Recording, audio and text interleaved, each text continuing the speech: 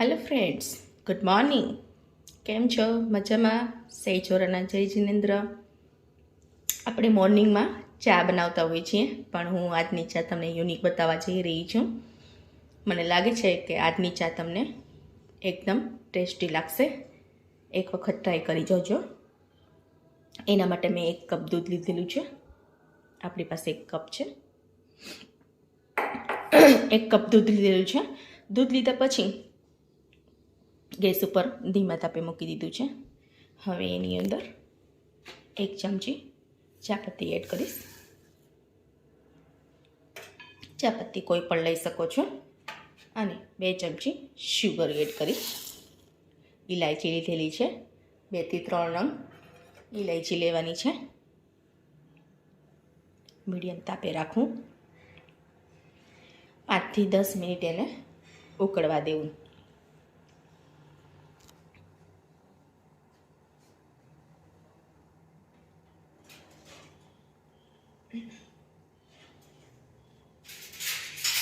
પછી 1 ચમચાની મદદથી એને હલાવતા રહેવું.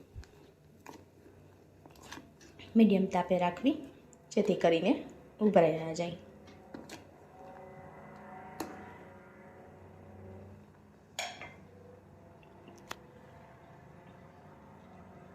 બિગનર્સને જણાવી દઉં કે તાપ હંમેશા ધીમો રાખવો, જેથી કરીને તમારે ઉભરાઈ ના જાય. અને દૂધ થોડું વધતા ઓછા પ્રમાણમાં લીધું હશે તો પણ ચાલશે. અને ચાપત્તી જો આપણને ઉકાળતા ઓછું લાગે, એનો કલર થોડીક વધારે એડ કરવી. અને ચા પીવામાં થોડીક જો શુગર ઓછી લાગે તો તમે એમાં એક્સ્ટ્રા શુગર પાવડર અથવા તો શુગર એડ કરી શકો છો. હવે આને હું 5 થી 10 મિનિટ ઉકળવા દઈશ. આપણી ચા સરસથી ઉકળી રહી છે. ચાપત્તી થોડી ઓછી લાગતી હતી, એટલે ચપટી જેટલી મેં એમાં વધારે એક્સ્ટ્રા એડ કરેલી છે. હલાવતા રહેવું, જેથી કરીને ઉભરો ના આવે. અને જરા દૂધનો કલર બદલાય, ચાપત્તી એમાં મિક્સ થાય પછી જ એની અંદર આદુનો ટુકડો નાખો. આદુને ખમણીને નાખવું. બિગનર્સને જણાવી દઉં કે તરત દૂધ મૂક્યા પછી એની અંદર ડાયરેક્ટ આદુ એડ ના કરવું, જેથી કરીને દૂધ ફાટી જશે. આપ જોઈ રહ્યા છો, આપણી ચા ઉકળી રહી છે.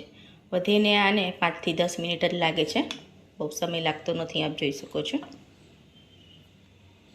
એક ઉભરો લાવીને આવી રીતે લાસ્ટમાં હવે એને ગાળી લઈશું.